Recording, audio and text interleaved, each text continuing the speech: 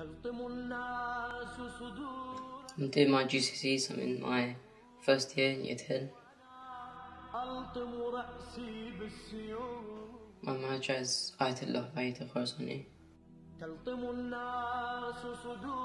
I just think that he's trustful and knowledgeable. It keeps the message of Imam Hussein alive, and it really strengthens your faith, as this is the period when you can do the most for your religion. I've done Sinasani, I wear black, I cry, I've done Gamzani, and I've even walked on coal.